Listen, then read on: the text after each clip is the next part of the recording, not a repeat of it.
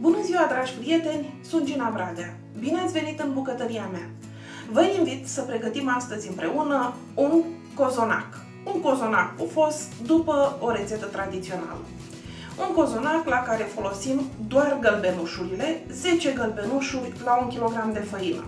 Este un cozonac pufos care se rupe pale și se topește în gură. O bunătate de cozonac. Să vă arăt ce ingrediente ne sunt necesare. Avem nevoie de 1 kg de făină cu 3 zerouri. O făină bună pentru cozonac, să fie uscată și vă recomand să o cerneți înainte. Eu am cernut-o ieri, am lăsat-o pe masă la căldură. Și înainte acum să fac acest cozonac, am mai cernut-o încă o dată. Ce mai folosim? 10 gălbenușuri. La temperatura camerei trebuie să fie absolut toate ingredientele. Coaja de la o lămâie și o portocală. Eu am aici coajă de lămâie și portocală pe care le-am răzuit și le-am uscat. 250 sau 300 de grame de zahăr, în funcție de cât de dulce vreți să fie cozonacul. 40, maxim 50 de grame de drojdie proaspătă, nu mai mult, pentru că altfel cozonacul se va borși și va mirosi a acru. Sau 14 grame de drojdie uscată, 150 de grame de unt, 50 de ml de ulei, o lingură de untură. Acesta este un secret moldovenesc, un secret pe care îl știu de la bunica mea moldoveancă. Dacă nu vreți să folosiți untură, nu o puneți. Dar dacă veți folosi untură, aluatul va avea o frăgezime extraordinară și se va păstra moale și fraged mai mult timp. Mai folosim 350-400 de ml de lapte în funcție de cât cere făina. O să vedem, nu se poate spune niciodată cu precizie cantitatea de lichid la un aluat dospit. Eu am aici 400 de ml de lapte călduț. Mai folosesc vanilie și o jumătate de linguriță rasă de sare. Pentru mai multe trucuri și secrete ale aluatului dospit, o să vă las dedesubt linkul la rețeta scrisă și veți găsi acolo secrete povestite amănunțit, plus cum se pot măsura aceste ingrediente folosind linguri căni ca să vă fie mai ușor. Cum procedăm mai departe? Sarea o turnăm peste gălbenușuri. Este important să punem sare la aluaturi, pentru că sarea este cea care fixează gustul. Mare atenție! Batem puțin gălbenușurile cu sare și le lăsăm deoparte. Le batem strict cât să desfacem gălbenușurile și să se amestece cu sarea. Culoarea gălbenușurilor o să vedeți că va deveni mai intensă, iar cozonacul nostru va avea o culoare galbenă foarte frumoasă. Eu am aici drojdie proaspătă. O sfărâmăm, adăugăm o linguriță de zahăr, adăugăm puțin lapte și desfacem drojdia cu lapte și zahăr. Amestecăm până când devine totul fluid.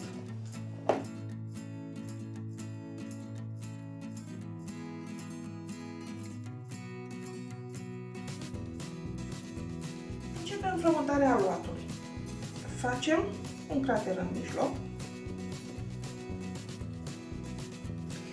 Ca să verificăm făina cât este de uscată, o strângem bine în pumn și o desfacem. Dacă se împrăștie, este uscată. Dacă rămâne ghilimot strâns, făina nu este uscată. Mai are nevoie să stea la cald, să se usuce. Atenție mare că este foarte important acest aspect. Recomand ca înainte făina să fie probată, deci să aveți 2-3 kg de făină și faceți înainte gogoși sau altceva. Vedeți că am și rețete de gogoși ca să vedeți cât de bună este făina. Turnăm aici drojdia.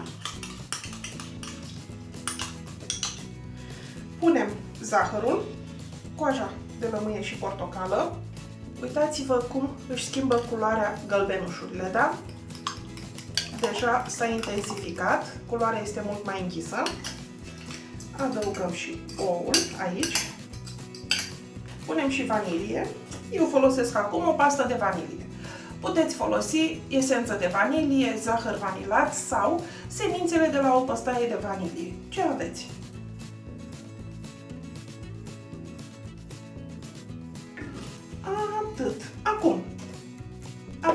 laptele călduț.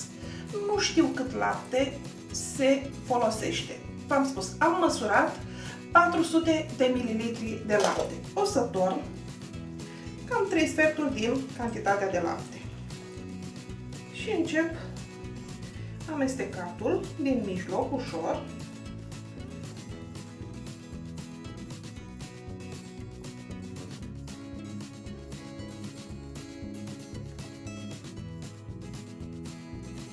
Mai adăugăm lapte.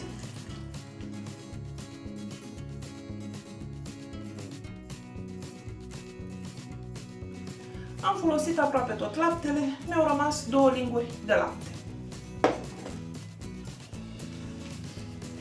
Am amestecat totul. Acum, peste untul topit, adăugăm 50 de ml de ulei.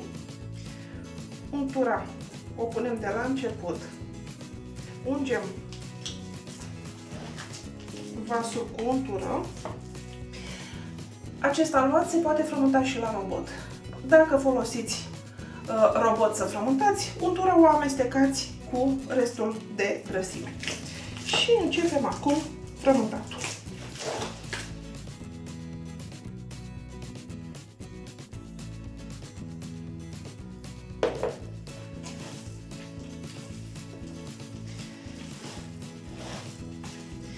Ungem ligheanul de desubt.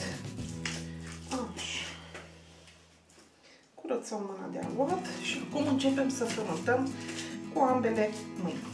Aducem aluatul de la margine spre mijloc și frământăm. De la margine spre mijloc întotdeauna facem împăturirea ca să dezvoltăm rețeaua de gluten și aerul să intre în interiorul aluatului.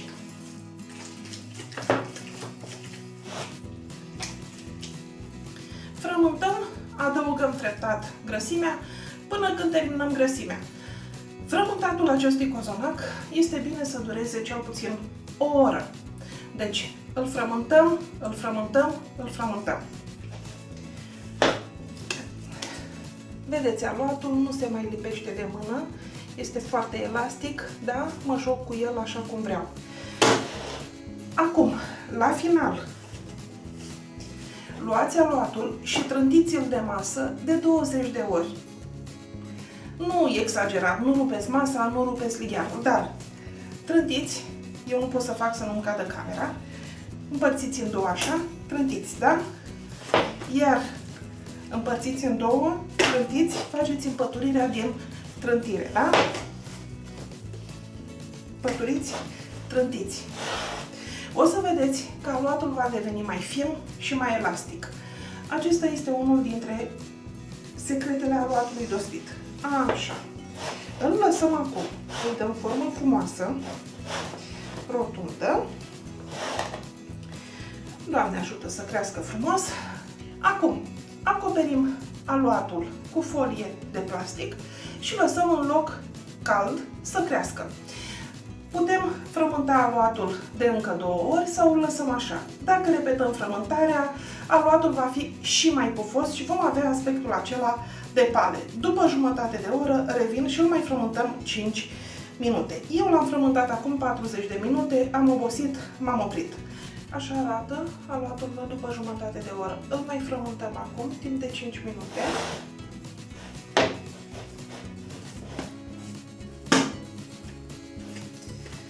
De la margine spre mijloc.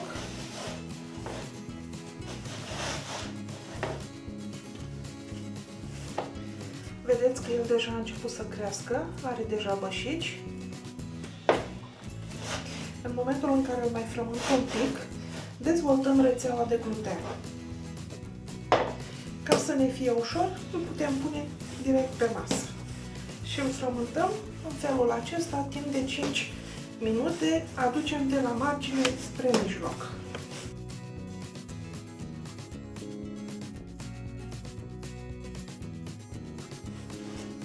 Vedeți, aluatul este atât de bun încât nu se lipește deloc de mână. Asta e tot. Îl punem iar, îl lăsăm la dospit, iar își acoperim cu folie.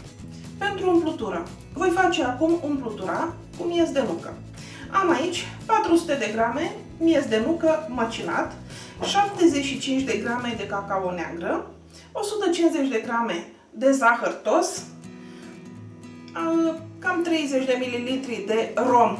Folosiți ori o fiolă de esență de rom, ori esență de rom, ce doriți.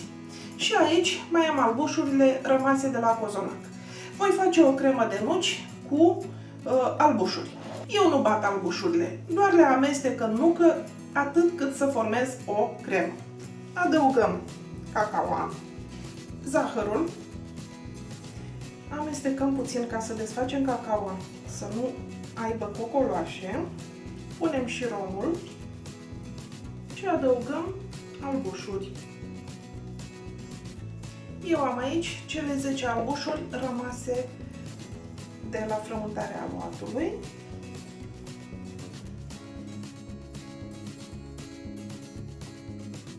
Așa. Am folosit cam 6-7 albușuri și am obținut o cremă nu foarte moale, să nu curgă din cozonac, dar suficient de maleabilă să o întindem pe aluatul de cozonac, pentru că aluatul este foarte fin. Cât de frumos a crescut aluatul meu de cozonac. Ia uitați-vă ce bucurie de aluat am. Ungem masa cu ulei și răsturnăm aluatul. Ia uitați-vă ce frumusețe de aluat am obținut, câte bășici are. Am cântărit aluatul, am 2 kg și 50 de grame. Îl vom împărți în două.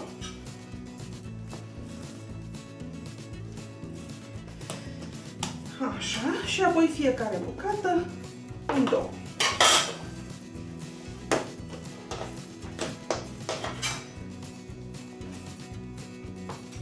Acum, întindem aluatul.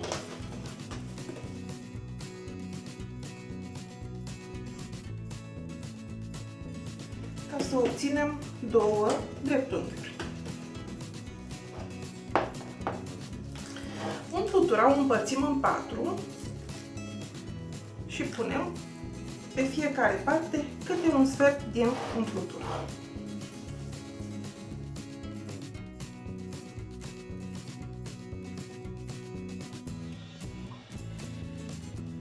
Așa. Marginea o lăsăm cam de 2 cm fără umplutură, iar aici vom veni cât mai aproape de mijloc, pentru că rularea va începe de aici. Rulăm strâns, sigilăm un pic cu degetul pe margine ca să nu curgă umplutura. Da? Sigilăm aici, strângem aluatul, rulăm și sigilăm. Strângem bine. Dăm deoparte și facem la fel cu cealaltă bucată de aluat.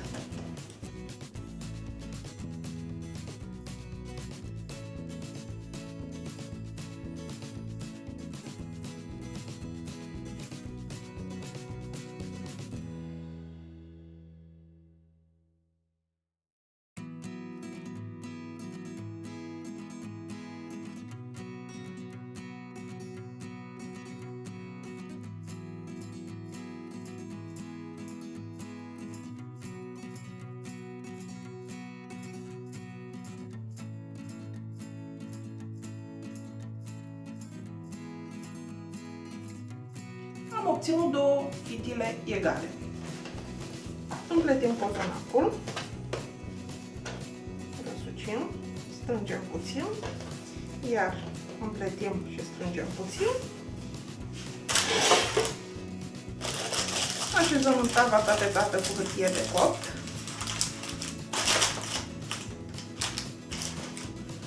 Facem la fel și celălalt cozonac. Așa arată cozonacii, îi lăsăm la dospit pentru 20-30 de minute.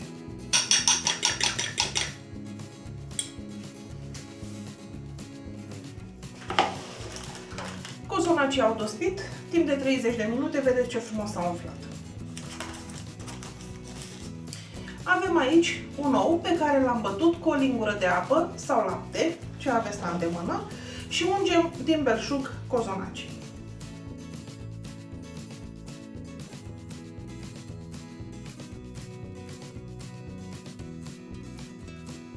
Mergem acum la cuptor. Îi vom lăsa la 160 de grade pentru 10 minute, foc minim la cuptoarele pe gaz. Apoi, după 10 minute, mărim focul la 170 de grade, foc mediu la cuptoarele pe gaz. Și coacerea durează în jur de 50-60 de minute.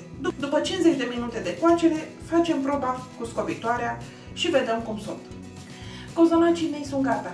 55 de minute i-am lăsat la cuptor.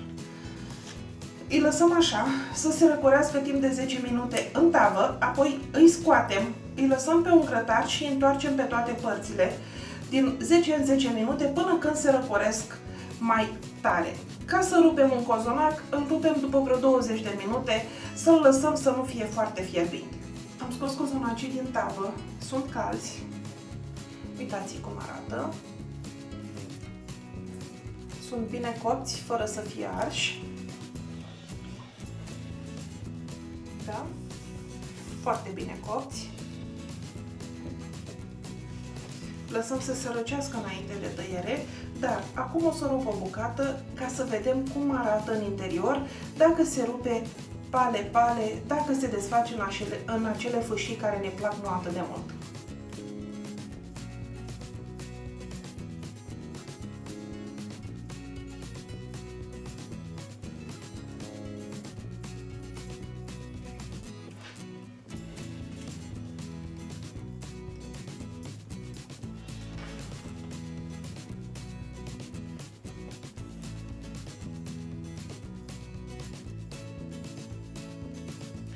Este cozonacul care se rupe fâșii, da?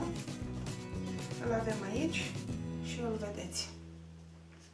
Ce poate fi mai bun decât un cozonac abia făcut, cald? Vă invit să probați rețeta. Vedeți și celelalte rețete pe care le am pe acest canal și pe blogul Poftă Bună, rețete cu Gina Bradea. Este un cozonac minunat de bun, după răcire se poate congela și se păstrează mult timp. Până la următoarea întâlnire, vă spun la revedere!